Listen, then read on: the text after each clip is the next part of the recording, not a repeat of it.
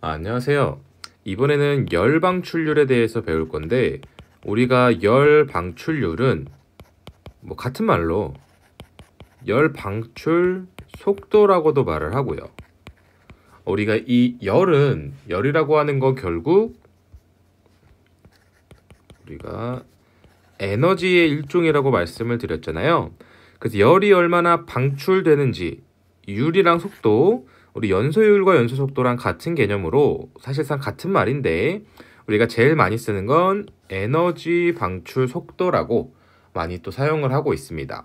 열 방출률이라고도 많이 불러요. 열 방출률, 즉 에너지 방출 속도가 뭐냐? 우리가 보편적으로 Q에다가 도트를 이렇게 적습니다. 우리가 원래 명칭이라고 하기 좀 그렇지만 열 방출률이란 말이 원래 좀 제일 적합하다고 생각을 하는데요. 우리가 일반적으로 열이라는 게 있고요. 이 어떠한 물질이 열을 얼마나 가지고 있느냐에 따라서 온도가 결정되게 돼요.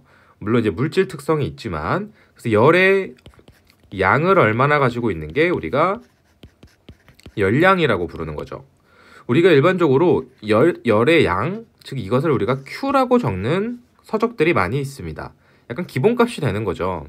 근데 이게 율 또는 속도가 되기 때문에 제가 항상 말씀드린 게, 속도라는 건 결국 앞에가 미터든 그람이든 우리가 결국 단위 시간당이라는 표현이 들어가기 때문에 결국 여기에 도트가 들어가서 우리가 열 방출률은 결국 얼마 죄송합니다. 얼마만큼의 열량이 나오는가, 단위 시간당이요. 그래서 우리가 이것을 킬로와트 또는 와트, 크기에 따라서 메가와트라고 적게 되는 것이죠. 엄밀히 따지면 Q가 아니고 Q 도트가 맞습니다. 그럼 이제 이 개념에 대해서 먼저 아셔야 될 거예요. 이게 단위 시간당 에너지를 얼마나 방출하는가, 얼마만큼의 열을 방출하는가가 우리가 이제 열 방출률이 되는데, 저번에 우리가 제일 최근 영상에 연소 속도에 대해서 공부를 했을 때, 연소 속도라는 건 결국 꼭 찍기만 하면 목이 이렇게 잠기네요. 우리가 연소라는 게 메탄이 제일 간단해서 제가 메탄을 쓰는 겁니다. 그리고 우리가 요 산소가 만나서 이산화탄소와 물이 됐고요. 여기에 연소열이 발생을 했어요. 연소 반응이니까 열이 발생을 하는 거죠. 우리가 이러한 화학 반응에 의해서, 화학 반응 중에서 산화 반응이 일어나면서 발생하는 게 이제 열 에너지였는데, 우리가 결국 이 화재가 얼마나 큰지 가장 중요한 요소 중 하나가 연소 속도라고 말씀을 드렸어요. 이 단위 면적당 또는 전체에서 우리가 결국 이 원인계에서 감소하는 질량의 양이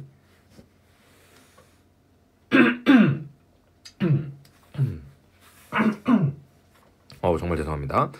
결국 이 감소하는 만큼 우리가 연소가 진행된 거기 때문에, 즉 원인계의 연소가, 질량 감소가 생성계에서의 연소의 진행이기 때문에 얘와 비례해서 요 변화한 질량만큼 연소열도 발생을 할 거예요.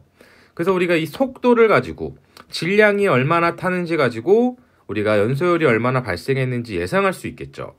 즉 우리가 이 속도를 우리가 연소 속도라고 봤는데, 이거는 그냥 질량이 감소하는 속도고, 결국 우리가 여기서 이렇게 변화됨으로 인해서 우리가 얘를 이렇게 어떠한 개라고 할까요? 여기를 딱 봤을 때 결국 이 질량이 원인계에서 생성계로 바뀌는 것만큼 얘는 에너지를 방출하게 될 거예요.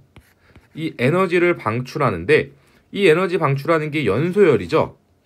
근데 연소열뿐만 아니라 사실 이 반응 중에는 흡열 반응도 섞여 있을 수 있고 다양한 반응이 있기 때문에 우리가 원인계에서 연소가 일어났을 때 생성계로 이동을 하는데, 이때 발생하는 게 방출하는 요소 중에 연소열이 방출될 수 있을 거고요. 또 거꾸로 얘가 거꾸로 반응하면서 흡수하는 게 있어요. 이게 우리가 보통적으로 고체나 액체 가연물에서 말하는 기화열이 됩니다.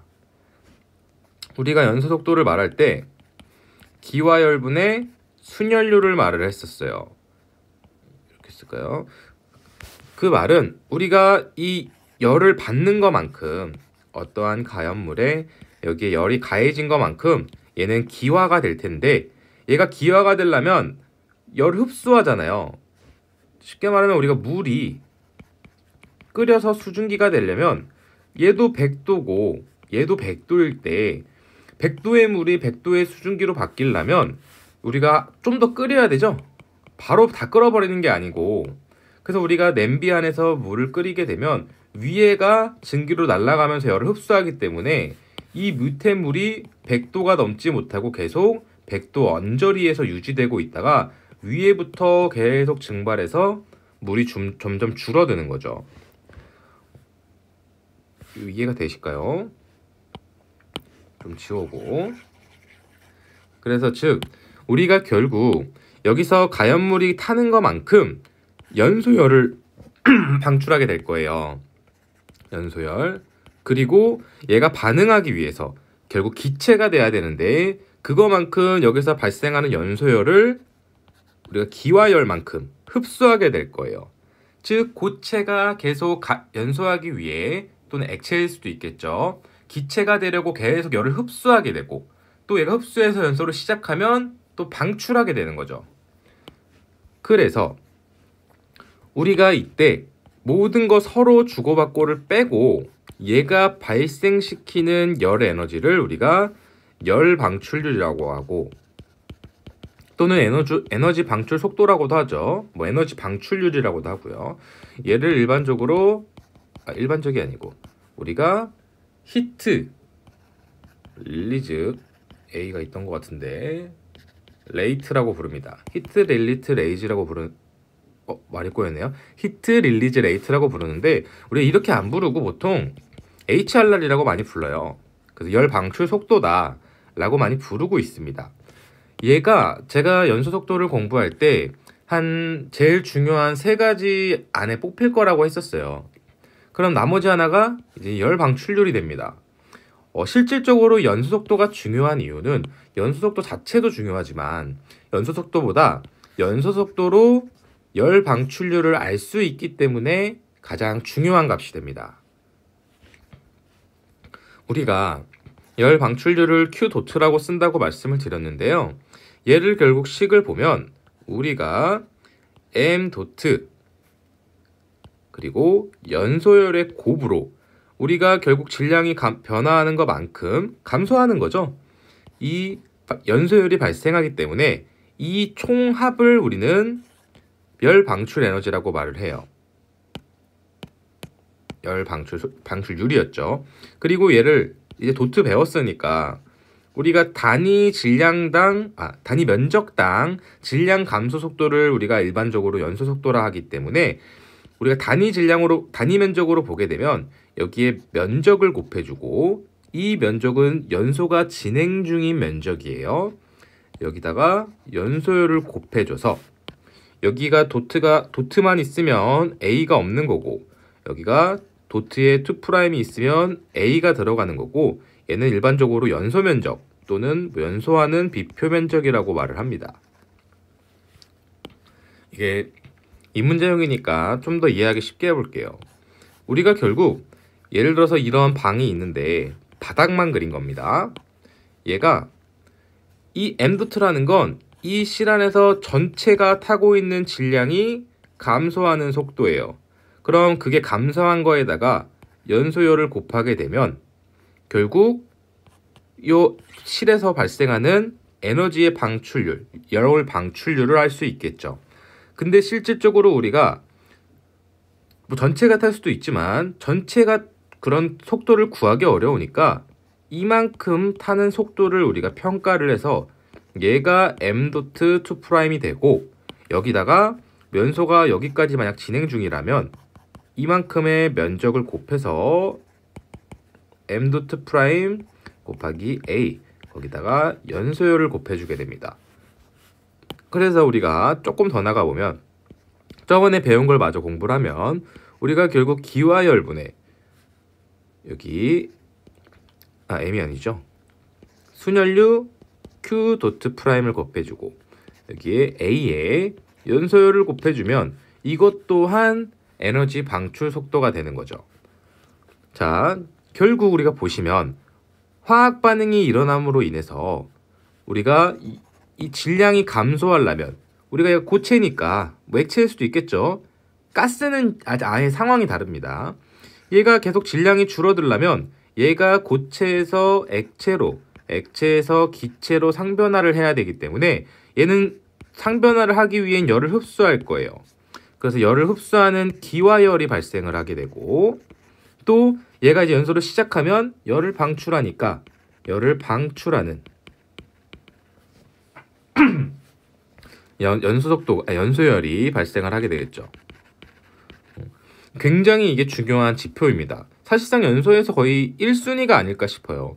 우리가 연소 어떠한 현상, 화재 현상에 의해서 계산하는 모든 것은 결국 거의 다 모드라고 하기엔 제가 모르는 게 있을 수 있으니까 이 열 방출률이라는 거를 가지고 우리가 다 계산을 해요. 시뮬레이션도 마찬가지고 예를 들어서 얘가 뭐 8메가와트다 뭐 이런 식으로 말을 한다면 결국 우리가 이 불의 높이가 얼마나 될지 여기 전달되는 복사열이 얼마나 될지 또 얼마만큼 거리에 있으면 이 가연물이 불을 붙을 수 있는지 우리 이런 모든 요소를 다 이 열방출률로 계산을 하기 때문에 얘가 굉장히 중요한 값이라서 얘의 개념은 명확히 좀 이해해 주셔야 됩니다.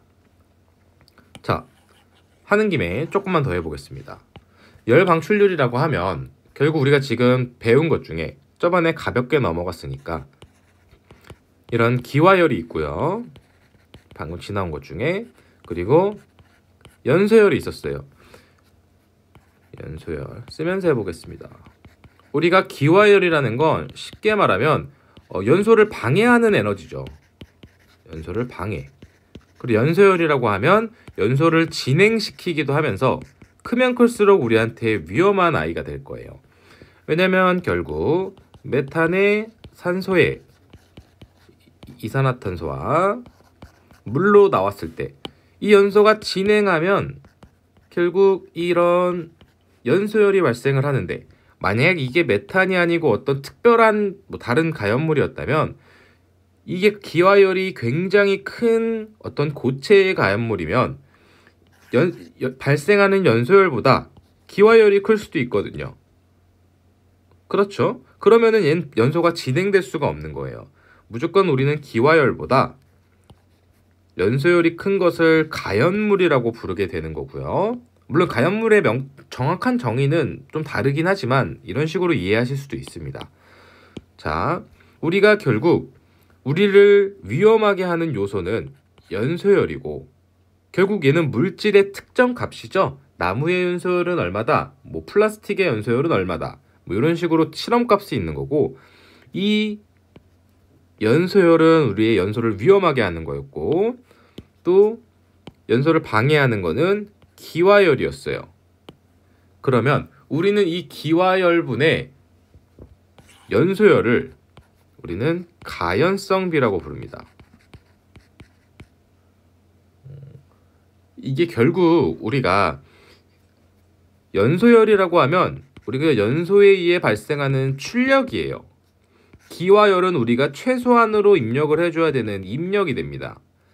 물론 이런 효율이 100%가 넘긴 한데 우리가 결국 어떠한 연소가 발생할 때 흡열하는 양과 그 방출하는 열 에너지의 비인데 우리 입장에서 보면 출력이 크면 클수록 소방에서는 위험한 거잖아요. 입력이 작아도 출력이 크게 나간다면. 이해되실까요? 그래서 우리가 이걸 가연성비라고도 하고 열 방출 변수라고 해서 HRP라고도 부릅니다. 저 P가 플레임이 기억이 잘 안 나네요. 안 봐도 히트 릴리즈 뭐일 텐데 뭐 인덱스도 아니고. 좀 이해되실까요? 자, 조금만 더 배워보겠습니다. 그러면 우리가 열 방출률이라고 하면 결국 에너지를 방출하는 건데 단위 시간당 바뀌잖아요. 이게 무슨 말이냐면 우리가 예를 들어서 원래 10kW인데 그냥 좀 쉬우시게 10kJ per sec라고 해보겠습니다. 줄은 열의 단위면서 에너지의 단위이기도 하죠. 그러면 예를 들어서 우리가 불이 시작을 해서 불이 딱 붙었어요. 10초 뒤랑 1분 뒤랑 불이 열이 나는 에너지의 양이 다를 거 아니에요. 불이 성장했으니까. 그래서 우리가 m 도트 곱하기 a 곱하기 델타 hc였는데 여기 보시게 되면 이 화재의 면적이 점점 확산되기 때문에 단위 면적당 질량 속도는 완전 초기에는 차이가 있겠지만 나중에는 차이가 없습니다. 그래서 우리가 결국 어느 시점에 열방출류를 보게 될 것인가 라는 의문이 생길 수 있어요. 무슨 말이냐면 우리가 쉽게 안 쉬우면 죄송합니다. 어떤 박스 안에다가 이런 뭐 플라스틱 배관을 하나 놓고 얘를 불을 붙였다고 해볼게요. 그러면 이 불이 점점 커져서 다 타다가 그러니까 번지다가 다 타면 불이 꺼지겠죠? 이 실은 불이 안 번진다고 봐볼게요. 그러면 결국 우리가 어떤 물질을 태웠을 때 이런 그래프가 나타내게 되는데요. 물론 물질마다 그래프의 모양은 바뀌게 됩니다. 이건 화재의 진행 시간이 될 거고 여기를 열 방출률이라고 봐볼게요. 그럼 그냥 간단하게 그려서 불이 붙으면 불이 이렇게 커지다가 이 물건이 다 타가면 불이 또 쭉 줄어서 열 방출률이 제로가 되겠죠? 처음에 뭐 불이 붙기 시작했을 때 0부터 시작했다 하고 여기에 뭐 점화원 딱 가한 다음에 그러면 우리가 어디가 내가 말하는 그 HRR인지 모르겠다는 거죠. 그래서 우리를 이걸 어떻게 하냐면 용어를 분리를 하기 시작했어요. 시작했다고 하기엔 너무 옛날이죠 사실. 우리가 이것을 이제 똑같이 다 HRR인데 얘는 피크 최대 시의 열방출리라고 해서 PHRR이라고 저희가 적고요. 그리고 만약 얘 평균 열방출률을 알고 싶다면 이 면적을 가지고 이 시간으로 나누면 평균 열방출률이 나오겠죠. 그래서 우리가 뭐 HRR 에버리지 히트 릴리즈 레이트라고 해서 AV 적기도 하고 AV HRR이라 적기도 하는 것이죠. 그리고 중요한 것 중 하나는 아직은 저희가 못 배웠지만 우리가 이 피크치도 중요하지만 결국 총 가해진 열방출률이 얼마냐는지도 굉장히 중요한 값이 됩니다. 우리가 이것을 토탈이죠. 토탈 히트 릴리즈라고 해서 얘는 레이트가 아니죠. 단위 시간당 값이 아니잖아요. 면적이니까. 우리가 이게 총 열방출률이 되는 거죠. 이거 왜 중요하냐면 이게 지금 제가 요 실이 열을 안 받는다고 말씀을 드렸지만 화재 확산이 안 된다고요. 결국 우리가 이걸 다 콘크리트라고 봐볼게요. 그러면 얘가 타고 배관 하나 놓고 이 실 안에서 불을 붙이면 얘가 탈 때까지 콘크리트는 별 영향이 없을 거예요. 이 배관이 좀 작다고 해볼게요. 근데 만약에 얘가 열이 되게 많이 나는 아이여서 이 면적이 이렇게 커지게 되면 이 콘크리트에 가해지는 에너지의 양이 이 총 열방출률이 되는 거죠. 그럼 이 벽이 무너질 수도 있는 거예요. 이런 평가를 하기 위해서 사실상 총 열방출률도 굉장히 중요하게 됩니다. 그리고 혹시 조금 헷갈리실까봐 일단 여기 나오는 연소열이 거의 다 유효 연소열이 됩니다. 나중에 제가 구분해드릴 일이 있을지 잘 모르겠네요. 그리고 약간 또 팁을 하나 해보겠습니다. 제가 아마 앞에 소개 안 했던 것 같은데 우리가 어떠한 가연물이 태우면 연소열이 얼마나 나올지 실험적으로 알 수 있었을 거예요. 그러면 어차피 이 가연물 태우는데 들어가는 산소는 고정되어 있잖아요. 그러면 산소가 얼마나 다는지 알아도 우리가 연소열을 알 수 있다는 거죠. 이거는 제가 건축 방지할 때 조금 더 자세히 하도록 하겠습니다. 오늘도 고생하셨습니다.